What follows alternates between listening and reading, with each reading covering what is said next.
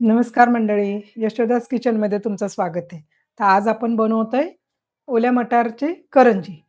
तर पाहूया आपण काय-काय साहित्य घेतले. हे ओले मटार आहेत, सोलून दाणे काढून घेतलेले. कांदा, हिरवी मिरची, लसूण, आलं, कोथिंबीर, कढीपत्ता, लिंबाचा रस, मैदा, चण्याचं पीठ, थोडंसं याच्यामध्ये चवीप्रमाणे आपण मीठ आणि तेल घालून घट्ट भिजवून घेणार आहोत.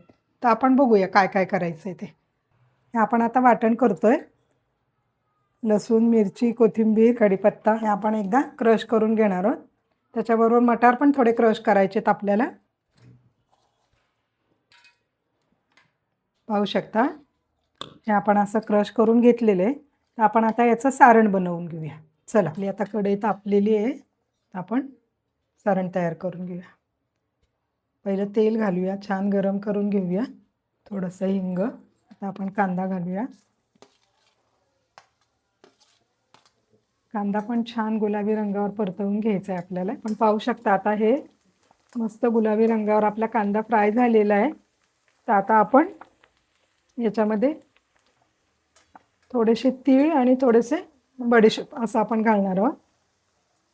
बडीशेपमुळे छान खमंग वास येतो, छान वाटते. आणि आता थोडीशी हळद आणि आपण आता हे मटार क्रश करून घेतलेले आहे ते घालायचे. असं छान मस्त आता परतवून घ्यायचंय. हे छान आता खमंग भाजून घ्यायचंय छान, कारण मटारचा जो कच्चेपणा आहे तो आपल्याला घालवायचा आहे. आता आपण थोडासा धणे जिरे पूड पण घालणार आहोत. थोडासा गरम मसाला, चिमूटभर.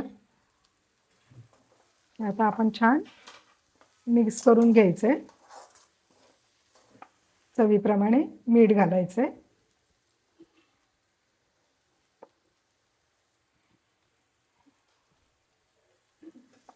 लिंबाचा रस,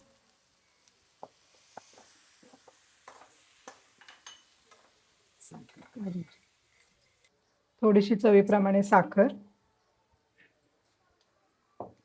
आणि आता आपण हे थोडेसे मटार थोडे बॉईल पण करून घेतलेले आहेत, कारण अख्खे अख्खे पण मध्ये मध्ये छान वाटतात करंजीमध्ये.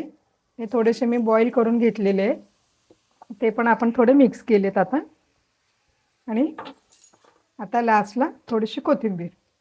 हे सगळं घालून एकदा परतवायचं आहे, मग आपलं सारण तयार झालं.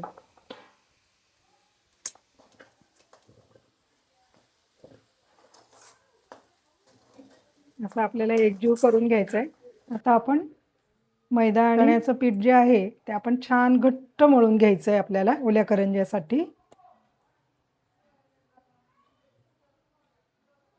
याच्यामध्ये आपण आता कडकडीत तेलाचं मोहन घालणार आहोत. चवीप्रमाणे मीठ घातलेलं आहे. आपण तेल गरम करून घेतलंय. आपण हे सगळं तेल असं घालून घेणार आहोत. छान मिक्स करून घेऊया. आणि आता हे घट्ट भिजवून घेऊ. जेवढे घट्ट भिजवता येईल तेवढे घट्ट भिजवायचे. पाहू शकता किती घट्ट असं छान मळून घेतलंय. आता आपण आता याचे करंज्या करायला घेऊया. असं हे छान घट्ट भिजवल्यामुळे करंजी छान खुसखुशीत छान लागेल. त्यामुळे घट्ट भिजवायचं, जेवढं घट्ट भिजवता येईल तेवढं छान. असे आपण छोट्या छोट्या लाट्या मोडून घेतलेल्या आहेत. आता आपण करंजी भरायला घेऊया. छान पातळ असं लाटून घ्यायचे सारण.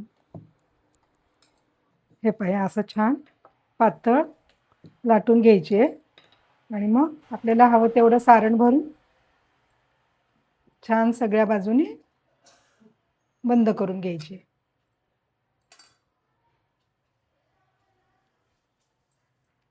अशा प्रकारे करू शकता.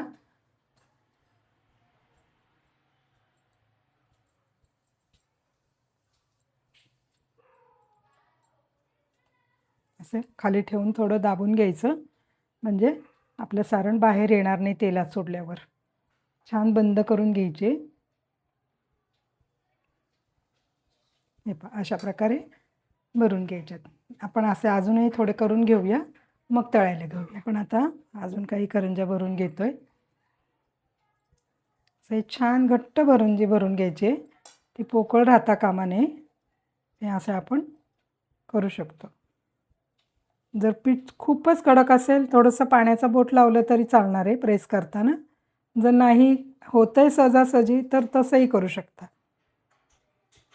जर तुम्हाला कातरणाने कापून घ्यायचं असेल तर कापून पण घेऊ शकता हे असं. जेणेकरून थोडी डिझाईन येते. हे अशा प्रकारे छान सगळे भरून घेऊया आपण. अशा प्रकारे आपण सगळ्या करंज्या भरून घेतलेल्या आहेत. तर आपण आता तळून घेऊया. तेल आपलं छान गरम झालेलं आहे. तर आपण एक एक करंजी सोडूया. छान गुलाबी रंगावर तळून घ्यायचं आहे आपल्याला. आपण खूप घालणार नाही, 2-2च घालणार आहोत कारण त्याला छान फिरायला जागा मिळते. छान तळली जाते. अशा आपल्याला छान गोल्डन रंगावर तळून घ्यायचं आहे. हे पहा किती सुंदर करंज्या तयार झालेल्या आहेत. मऊ खुसखुशीत पाहू शकता. किती छान झालेल्या आहेत. व्हिडिओ आवडल्यास कमेंट करा, लाईक करा, सबस्क्राईब करा. पुन्हा भेटूया अशाच एका सुंदर व्हिडिओमध्ये.